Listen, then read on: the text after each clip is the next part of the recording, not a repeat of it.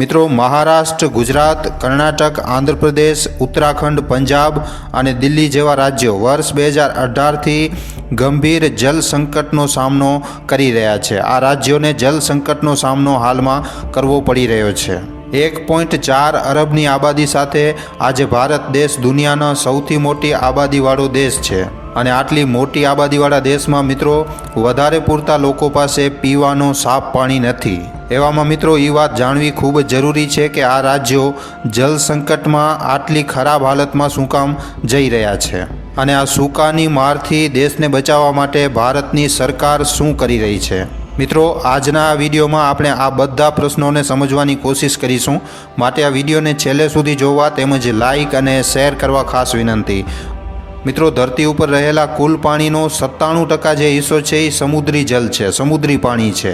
ખાલી 3% હિસ્સો જ ફ્રેશ પાણીનો છે, મતલબ કે મીઠો પાણી ખાલી 3% જ છે આ ધરતી ઉપર. આમાંથી પણ મિત્રો 2.4% ગ્લેશિયર ઉત્તરી અને દક્ષિણી ધ્રુવોમાં મળે છે. હવે વધે છે 0.6% જે નદીઓ, ઝીલો અને તળાવોની અંદર છે. પણ મિત્રો, આજના સમયમાં નદીઓ કેટલી પ્રદૂષિત છે એ વાતને બધા લોકો જાણે જ છે. મિત્રો, ટ્રિબ્યુન ઇન્ડિયાની એક રિપોર્ટની અનુસાર વાત કરીએ તો ભારતની જે 46% જે નદીઓ છે એ પ્રદૂષિત છે. મિત્રો, આ જ કારણ છે કે દેશની 80% જે જનતા છે એ ઝેરીલો પાણી પીવા માટે મજબૂર છે આજના સમયમાં. આના સિવાય દેશમાં ઘણા બધા એવા પણ ઇલાકાઓ છે કે જ્યાં લોકોને પીવા માટે પાણી નસીબ પણ નથી થતો. અહીંયા પ્રાકૃતિક જલ સંસાધનો પૂરી રીતે સૂકી ચૂક્યા છે. હાલમાં ભારતમાં 7 એવા રાજ્ય છે જે ખૂબ જ ગંભીર જલ સંકટનો સામનો કરી રહ્યા છે. ચાલો જાણીએ એ 7 રાજ્યોના વિષયમાં જ્યાં હાલમાં જલ સંકટ જે છે એ ચરમ ઉપર છે.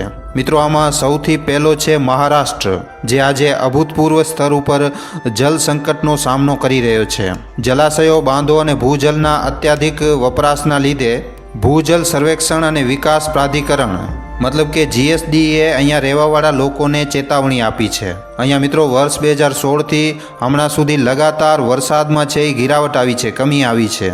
જેના લીધે અહીંયાના મિત્રો 761 ગામો જે છે એ પ્રભાવિત થયા છે. આના કારણે મિત્રો મહારાષ્ટ્ર સરકારે ભૂજલ વિકાસ અને પ્રબંધન અધિનિયમ અને જલ નિકાસી વિનિયમ પણ લાગુ કર્યું છે. પણ આનું કામ મિત્રો સારી રીતે ન થવાના લીધે આજે પણ કોઈ ખાસ બદલાવ જોવા નથી મળી રહ્યો. આજે પણ મિત્રો મહારાષ્ટ્રના લગભગ 151 ગામો પાણીની અછત સામે લડી રહ્યા છે, જલ સંકટનો સામનો કરી રહ્યા છે. જો આપણે વાત આપણા ગુજરાતની કરીએ તો આજે ગુજરાત પાસે મિત્રો ખાલી 2% જલ સંસાધનો છે, જ્યારે અહીંયા આખા દેશની લગભગ 5% આબાદી રહે છે. આ સંસાધનોમાં પણ લગાતાર આવતી કમીના લીધે આ સંકટ મિત્રો હજી પણ વધારે ભયંકર રૂપ લઈ રહ્યો છે ગુજરાતમાં. આજે ગુજરાતના 14 જિલ્લાઓમાં 500થી વધારે ગામો મિત્રો ખાલી ટેન્કરના પાણી ઉપર નિર્ભર છે. પાણીની સ્થિતિ મિત્રો સૌરાષ્ટ્ર, કચ્છ અને ઉત્તર ગુજરાતમાં આનાથી પણ વધારે ખરાબ છે. આના સિવાય મિત્રો કર્ણાટકમાં જલ સંકટ એક બાજુ ગંભીર કૃષિ સંકટને પેદા કરી રહ્યો છે, ત્યાં જ બીજી બાજુ મિત્રો ઘરેલું પાણીની પણ અછત કર્ણાટકમાં થઈ રહી છે. આજે કર્ણાટકના લગભગ 30 જિલ્લાઓમાં 1900 જેટલા ગામો મિત્રો સૂકાની મારને ઝેલી રહ્યા છે. આગળના રાજ્યની વાત કરીએ તો મિત્રો આજે અડધો ઝારખંડ જે છે એ સૂકેલો છે. આમાં પણ કોડરમાં, ખૂંટી અને ગઢવા જિલ્લાની સ્થિતિ સૌથી વધારે ખરાબ છે. સરકાર પણ અહીંયા પીવાનું પાણી ઉપલબ્ધ કરવામાં એકદમ અસફળ થઈ છે. આવી જ રીતે આંધ્રપ્રદેશ પણ આજે પોતાના લોકોને સાફ પીવાનું પાણી ઉપલબ્ધ કરાવવામાં અસફળ બની રહ્યો છે. અહીંયા મિત્રો પાણીની ગુણવત્તા એટલી ખરાબ છે કે દર વર્ષે સેંકડો લોકો ખાલી ગંદો પાણી પીવાના લીધે બીમાર પડી રહ્યા છે. આંધ્રપ્રદેશના બાંધો પણ મિત્રો આખા રાજ્યને પીવાનું પાણી ઉપલબ્ધ કરવા માટે પૂરતા નથી. હવે અહીંયા મિત્રો વાત જ્યારે રાજસ્થાનની થાય છે તો આ સમસ્યા આનાથી પણ ખૂબ જ વધારે મોટી દેખાય છે. એક સર્વે અનુસાર ખબર પડે છે કે નવેમ્બર 2008થી નવેમ્બર 2018 સુધી રાજસ્થાનના ભૂજલ સ્તરમાં લગભગ 62.70%ની કમી આવી છે. અહીંયા ગામના લોકો ના તો પોતાના માટે અને ના તો પોતાના જનાવરો માટે પીવાના પાણીની વ્યવસ્થા કરી શકે છે. આવી જ રીતે મિત્રો ઉત્તર પ્રદેશના બુંદેલખંડ, મથુરા અને અલીગઢ જેવા ક્ષેત્રો છે જ્યાંના તળાવો જે છે એ એકદમ ગાયબ થઈ ચૂક્યા છે મિત્રો, અને ત્યાંની ડંકીઓનું પાણી પણ પૂરી રીતે સૂકી ચૂક્યો છે. આના સિવાય દેશના 3 પ્રમુખ શહેરો બેંગલુરુ, ચેન્નઈ અને દિલ્હી પણ પાણીના સંકટથી લડી રહ્યા છે.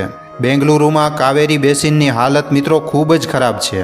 જલ સંકટનો સામનો રાજ્યના ઉત્તરી અને પશ્ચિમી લોકોને કરવો પડી રહ્યો છે. આધિકારિક આંકડાઓ અનુસાર બેંગલુરુમાં લગભગ 9,294 બોર છે. આમાંથી મિત્રો 1,793 બોર પાણીની કમીના કારણે કામ નથી કરી રહ્યા. ચેન્નઈ પણ આજે ભયંકર જળ સંકટનો સામનો કરી રહ્યો છે. અહીંયા 4 જલાશયો છે જે વધારે પૂરતા જલ આપૂર્તિનો કામ કરે છે. પણ મિત્રો આ જલાશયો હવે પૂરી રીતે સૂકી ચૂક્યા છે, જેના લીધે અહીંયાના લોકો કલાકો સુધી નગર નિગમ અથવા નિજી ટેન્કરમાંથી પાણી ભરે છે.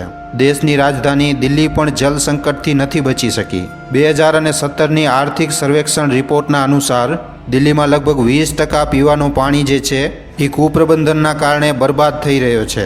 દિલ્હીમાં આજે પણ 18% જેટલા ઘરોમાં પાઇપથી પાણીની આપૂર્તિને પૂરી નથી કરી શકાઈ રહી.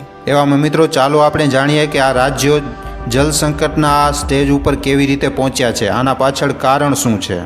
મિત્રો જેમ કે શરૂઆતમાં જણાવ્યું કે આપણા ભારત દેશમાં લગભગ 200થી વધારે નદીઓ છે. પીવાના પાણીનો પહેલો સ્ત્રોત પણ આ નદીઓ જ છે, જે આજના સમયમાં કેટલી પ્રદૂષિત છે એ આપણે જોઈ ચૂક્યા છીએ. આના સિવાય દેશમાં બીજો જે મુખ્ય સ્ત્રોત છે પીવાના પાણીનો એ ભૂજલ છે. ગ્રાઉન્ડ વોટર અથવા ભૂજલ એ પાણી છે જે ચટ્ટાનો અને માટીઓમાંથી રસીને જમીનની અંદર જમા થઈ જાય છે. તમને જાણીને હેરાની થશે કે ભારતમાં નદીઓ, તળાવો અને ભૂજલના લીધે પાણીની ઉપલબ્ધતા લગભગ 2300 અરબ ઘન મીટરથી વધારે છે. તેમજ દર વર્ષે ઓસતન વરસાદ જે છે એ 100 સેન્ટીમીટરથી પણ વધારે છે.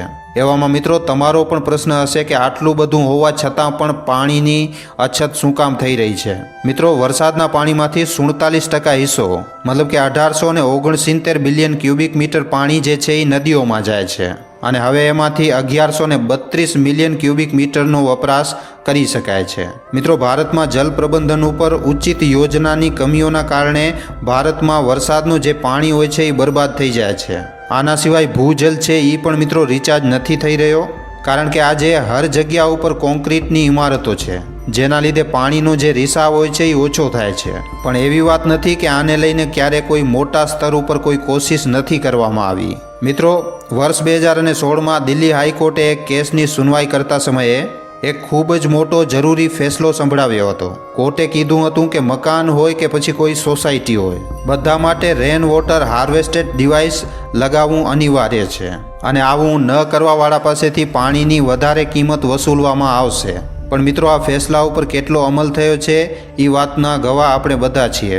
મિત્રો આજે દેશમાં જલ સંકટ કેટલો ગંભીર બની ચૂક્યો છે આ નીતિ આયોગની વોટર મેનેજમેન્ટ ઇન્ડેક્સની રિપોર્ટથી ખબર પડે જ છે. આના અનુસાર મિત્રો દેશના 21 પ્રમુખ શહેરો ભૂજલમાં ગ્રાઉન્ડ વોટરમાં શૂન્ય સ્તર ઉપર પહોંચી રહ્યા છે. જો ગ્રાઉન્ડ વોટરને 0 લેવલ ઉપર પહોંચવાથી રોકવામાં ન આવ્યું અને જો આને ઠીક કરવામાં ન આવ્યું તો શહેરોમાં રહેતા મિત્રો 10.5 કરોડ લોકો માટે પીવાના પાણીનો સંકટ પેદા થઈ જશે. આજે આખી દુનિયામાં ભૂજલનો ઉપયોગ કરવાવાળા સૌથી મોટા 10 દેશોમાં 8 દેશ એશિયાના છે અને 2 દેશ ઉત્તરી અમેરિકાના છે. ધરતીના લગભગ 75% ભૂજલનો વપરાશ મિત્રો આ જ દેશોમાં થઈ રહ્યો છે. આ દેશોની લિસ્ટમાં આપણો ભારત મિત્રો સૌથી ઉપર છે. ભારતમાં મિત્રો ખેતીની સિંચાઈ માટે લગભગ 89% ભૂજલનો વપરાશ કરવામાં આવે છે અને આખા દેશની 48% આબાદી જે છે એ ખેતી ઉપર નિર્ભર છે. ફસલોની સિંચાઈ માટે સાધારણ રીતે વધારે પૂરતી ટ્યુબવેલનો સહારો લેવામાં આવે છે અને આ કારણે પાણીનો જે સ્તર છે એ લગાતાર નીચે જઈ રહ્યો છે. જો આ સમસ્યા મિત્રો ડે 0 ઉપર પહોંચી જાય છે તો ફસલ ઉત્પાદનમાં ખૂબ જ મુશ્કેલી આવશે અને જેના લીધે દેશમાં એક ખૂબ જ મોટો ખાદ્ય સંકટ પણ થઈ શકે છે. અનાજનો પણ સંકટ પેદા થઈ શકે છે. ભારતમાં જલ આપૂર્તિ અને વ્યવસ્થિત રીતે જલ વિતરણ ન થવાના લીધે ક્ષેત્રીય સ્તર ઉપર દેશમાં પ્રતિ વ્યક્તિ પાણીની જરૂરત અને ઉપલબ્ધતા એકદમ અલગ અલગ છે અને આવી જ રીતે મિત્રો પાણીની ખપતમાં પણ ખૂબ જ મોટી અસમાનતા જોવા મળે છે. તમને જણાવી દઈએ કે ભારત સરકારે શહેરોમાં રહેવાવાળા લોકો માટે પ્રતિ વ્યક્તિ પ્રતિ દિવસ 135 લીટર પાણીની આવશ્યકતા નક્કી કરી છે, જ્યારે ગ્રામીણ ક્ષેત્રોમાં મિત્રો આ ખાલી 55 લીટર પ્રતિ વ્યક્તિ પ્રતિ દિવસ છે. પણ મિત્રો આના ઉપર WHOનો એકદમ અલગ જ માનવું છે. WHOના અનુસાર મિત્રો હર દિવસે પ્રતિ વ્યક્તિ માટે ખાલી 25 લીટર પાણી જ કાફી છે. આના ઉલટામાં જો આપણે દિલ્હીની હાલત જોઈએ તો મિત્રો હર વ્યક્તિ પ્રતિ દિવસ 272 લીટર પાણીની ખપત કરી રહ્યો છે, વપરાશ કરી રહ્યો છે. તમને જાણીને હેરાની થશે કે દુનિયાભરમાં જે પાણીના ઉપયોગની જે સીમા નક્કી કરવામાં આવી હતી એમાં આ જે છે એ સૌથી વધારે છે. વૈજ્ઞાનિકોનો એવો દાવો છે કે ભૂમિનો જલભરણ પૂરી રીતે પુનઃ ન થવાના કારણે જમીનની જે નમી છે એ ખતમ થઈ રહી છે, જેના લીધે સૂકો વધી રહ્યો છે. ભૂવૈજ્ઞાનિક હલચલ અને પાણીમાંથી જૈવિક કચરામાંથી નીકળવાવાળી કાળી મિથેન અને બીજી ગેસોના લીધે પણ જમીનની સતહ ઉપર અચાનક ગરમીને વધારી રહી છે. મિત્રો, હવે જો સમસ્યા આટલી મોટી છે તો એ વાત જાણવી પણ જરૂરી છે કે સરકારનો આ વિષયમાં શું વિચારવું છે. ભારત સરકાર લગાતાર જલ સંકટથી લડવાની તૈયારીમાં લાગેલી છે. હમણાં સરકાર હર ઘર જલના પ્રોજેક્ટને વર્ષ 2024ના અંત સુધી પૂરો કરવામાં લાગેલી છે. યોજનાના અનુસાર કેન્દ્ર સરકારે વર્ષ 2024 સુધી હરેક ગ્રામીણ ઘરમાં પાણીની આપૂર્તિનો લક્ષ્ય રાખ્યો છે. 2019માં ચાલુ થયેલી આ યોજનાનું મિત્રો 56.14% કામ પૂરો થઈ ચૂક્યો છે. જાન્યુઆરી 2024 સુધી નળ કનેક્શન સુધી પહોંચ રાખવાવાળા ગ્રામીણ પરિવારોની સંખ્યા 108.7 મિલિયન થઈ ચૂકી છે.